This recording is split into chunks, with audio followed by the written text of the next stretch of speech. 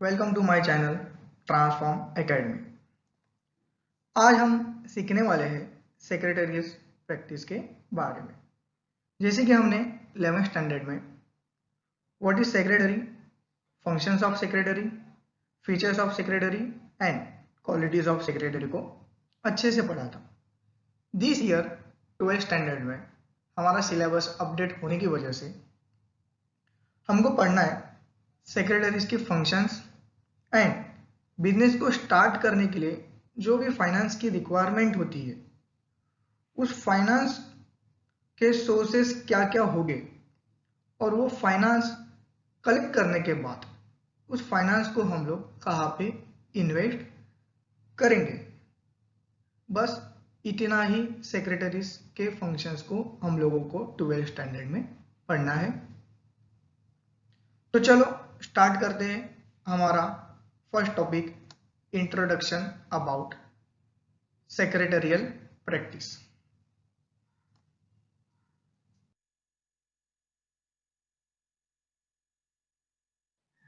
इस पूरे corporate world में अगर आप देखोगे कि लोगों की सोर्सेस ऑफ अर्निंग इनकम क्या है, तो आप लोगों को अंदाजा आ जाएगा कि लोगों की सोर्सेस ऑफ अर्निंग इनकम कुछ ज़्यादा नहीं है, ये लिमिटेड ही है। जैसे कि मैंने सोर्सेज ऑफ अर्निंग इनकम को 3 पार्ट में बांट दिया गया है। फर्स्ट पार्ट है job. Majority of person job करना प्रेफर करते हैं। जैसे कि आप लोगों ने भी डिसाइड किया होगा कि मैं अच्छे से पढ़ूंगा, अच्छे मार्क्स लाऊंगा, अच्छी कंपनी में एक अच्छी सी जॉब करूंगा। ओके, तो जब हम लोग जॉब करते हैं तो जॉब से जो इनकम अर्न होती है, उन इनकम को हम लोग सैलरी बोलते हैं। अगर हम लोग डेली या वीकली बेसिस पे इनकम अर्न करते हैं तो उसको हम लोग वेजेस बोलते हैं।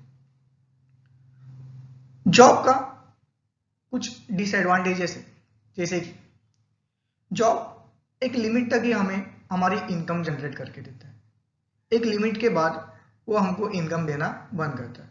जैसे कि अगर हम लोग वेकेशन पे जाते हैं और जॉब में 1 मंथ की छुट्टी देते, तो क्या आपको उस 1 मंथ की सैलरी मिलेगी या वेजेस मिलेगा? नहीं मिलेगा। मतलब जिस दिन आप जॉब पे जाओगे, वहां पर जाकर काम करोगे, उसी दिन आपको इनकम जनरेट होगी। जिस दिन आप नहीं जाओगे उस दिन आपको इनकम जनरेट नहीं होगी। एक पर्टिकुलर एज के बाद, जैसे कि आफ्टर 50 आप रिटायर्ड हो जाओगे। रिटायर्ड होने के बाद आप फिजिकली फिट नहीं होगे, तो उसी रीजन की वजह से आप जॉब पे नहीं जा पाओगे। तो क्या ये जॉब से आपको आपकी इनकम अर्न होगी? नहीं होगी। मीन्स आप अगर जॉब पे जाओगे, वहां पे जाके उनके ऑर्डर्स को फॉलो करोगे, तो ही आपको इनकम अर्न होगी, वरना आपको इनकम अर्न नहीं होगी। तो ये सबसे बड़ा डिसएडवांटेज है जॉब का। देखते हैं second earning of income. Second earning of income है बिजनेस। बिजनेस की ओर बहुत कम लोग जाते हैं। मेजॉरिटी ऑफ पीपल, मैंने आपको बताया कि कहाँ पे जाते हैं, जॉब की ओर। तो उसमें से कुछ लोग बचते हैं, तो वो बिजनेस में जाते हैं, बिजनेस करने की कोशिश करते हैं, अपने पर्टिकुलर टैलेंट स्किल को यूज कर कर, कुछ क्रिएटिविटी कर कर उन लोग बिजनेस को स्टार्ट करते हैं, और बिजनेस से जो भी इनकम अर्न होती है उसको हम लोग बोलते हैं प्रॉफिट। बिजनेस से रिलेटेड बोलने के लिए मेरे पास बहुत कुछ है, बट बिजनेस इस टॉपिक के लिए हमारे पास एक सेपरेट सब्जेक्ट है, तो इसके रिलेटेड हम लोग जो भी डिस्कशन है वहां पर करेंगे। सेकेंड सब्जेक्ट का नाम है हमारा organisation of commerce and management. तो बिजनेस से हम लोग कैसा इनकम को अर्न करेंगे, कैसे हमको प्रॉफिट होगा, कैसे हमको लॉस होगा, इसके बारे में डिस्कशन हम लोग वहां पर कर लेंगे। And third and last sources of earning income होती है इन्वेस्टमेंट। ये शायद आप लोगों के लिए न्यू होगा, अपने जॉब और बिजनेस के बारे में सुना होगा, बट इन्वेस्टमेंट के बारे में अभी तक शायद से आप लोगों ने नहीं सुना होगा। इन्वेस्टमेंट मीन्स क्या है, इससे कैसी इनकम अर्न होती है, इससे रिलेटेड हम लोग धीरे धीरे हमारे आने वाले वीडियोस में हम लोग डिस्कस करेंगे, और अच्छे से टॉपिक बाय टॉपिक हम लोग पूरे सिलेबस को कवर अप करेंगे। तो इन्वेस्टमेंट से जो भी इनकम हमको अर्न होती है उसको हम लोग बोल सकते हैं interest, dividend, rent and profit. हम लोग जो भी हमारा पैसा इन्वेस्ट करेंगे उसके थ्रू हमको या तो इंटरेस्ट मिलेगा, डिविडेंड मिलेगा, रेंट मिलेगा, या फिर हमें उससे प्रॉफिट मिलेगा। तो ये इंटरेस्ट, डिविडेंड, रेंट, प्रॉफिट क्या होता है हम लोग हमारे नेक्स्ट वीडियो में डिस्कस करेंगे। नेक्स्ट, जो भी इन्वेस्टमेंट से हमको इनकम अर्न होती है वो दो टाइप की होती है। एक होती है फिक्स इनकम और एक होती है फ्लक्चुएटिंग इनकम। अब आप कंफ्यूज हो जाओगे, सर ये फिक्स इनकम मतलब क्या होता है, फ्लक्चुएटिंग इनकम मतलब क्या होता है? तो चलो मैं आपको बता देता हूँ।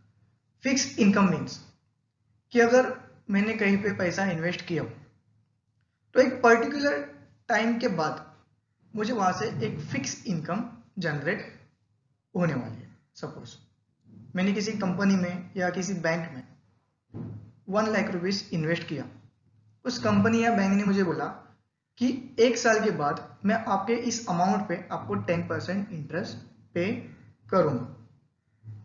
तो 1 लाख का 10% कितना होता है? 10,000। तो 1 साल के बाद जब मैं वहां जाऊंगा तो मुझे फिक्स पता है कि मैंने जो 1 लाख इन्वेस्ट किया था, अभी 12 महीने के बाद मुझे 1,10,000 मिलेगा।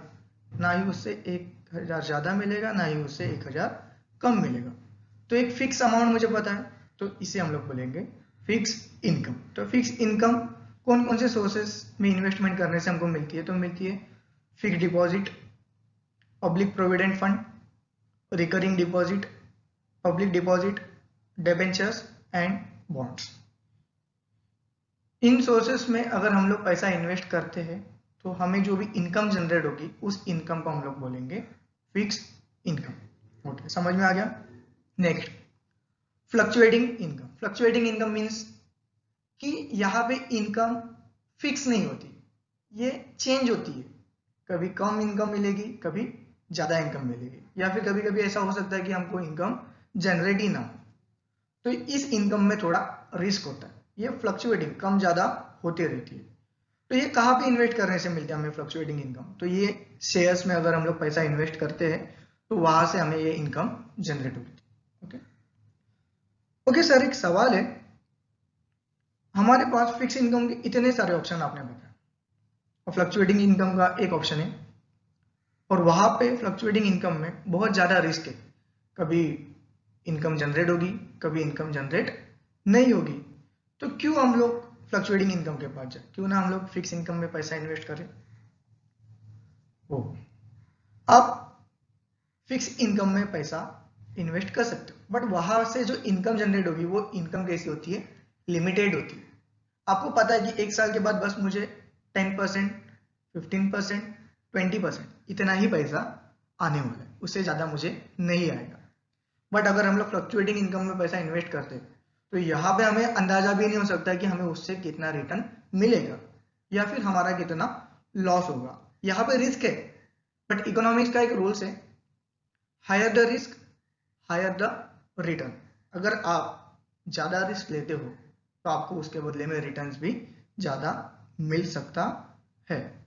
तो सर ये जो आप बता रहे हो, shares, debentures, bonds, public deposits, sir इसको कहां पे खरीदा जाता है और कहां पे बेचा जाता है?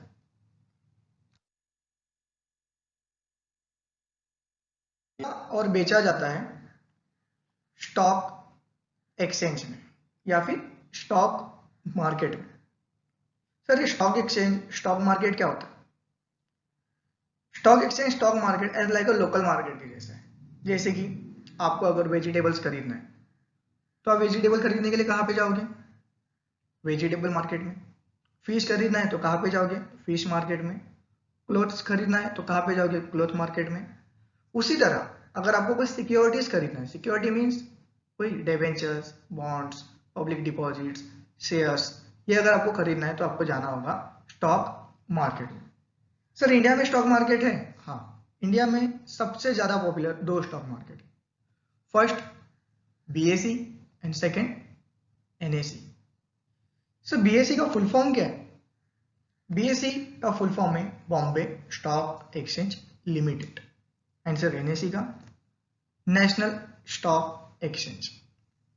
बीएसई इस्टेब्लिश हुआ था 1875 में और एनएसई इस्टेब्लिश हुआ था 1992 में। ये जो बॉम्बे स्टॉक एक्सचेंज है ये एशिया का सबसे ओल्डेस्ट स्टॉक एक्सचेंज है।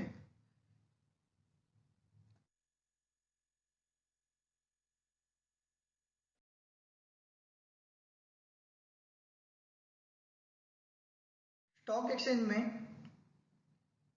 पैसा इन्वेस्ट करके जो पर्सन सक्सेसफुल हुए उनके बारे में थोड़ी सी इंफॉर्मेशन हम लोग कलेक्ट कर लेते हैं। सबसे पहला पर्सन है वॉरेन बफेट।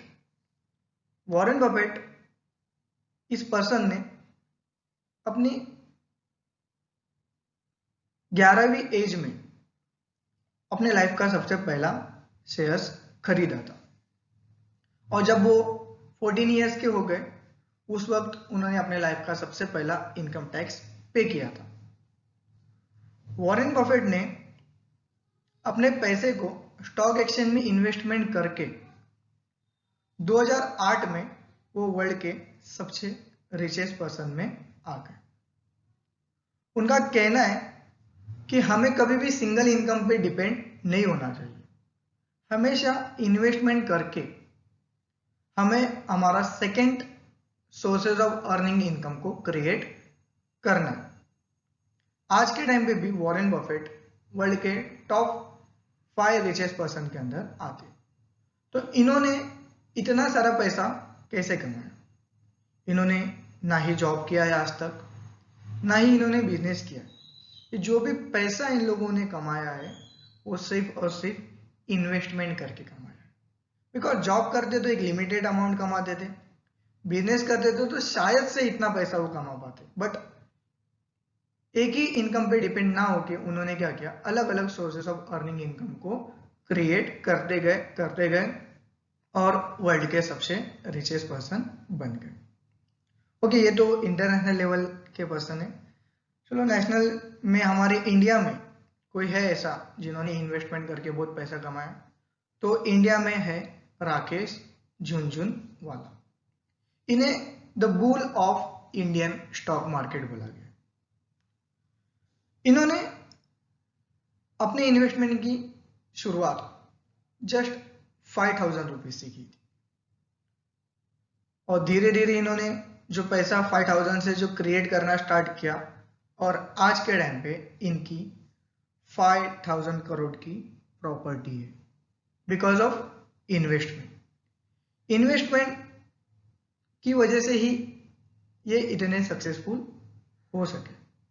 इन्होंने भी कभी जॉब नहीं किया, बिजनेस नहीं किया, इन्होंने सिर्फ और सिर्फ इन्वेस्टमेंट किया। अभी Warren Buffett and Rakesh Jhunjhunwala से रिलेटेड अगर और आपको इंफॉर्मेशन चाहिए कि कैसे इन्होंने इतना सारा पैसा कमाया, तो इन दोनों की केस स्टडी की लिंक मैंने अपने डिस्क्रिप्शन में दी है। आप वहां पर जाके इनसे रिलेटेड और डिटेल में इंफॉर्मेशन आप कलेक्ट कर सकते हो। इतना ही, थैंक यू।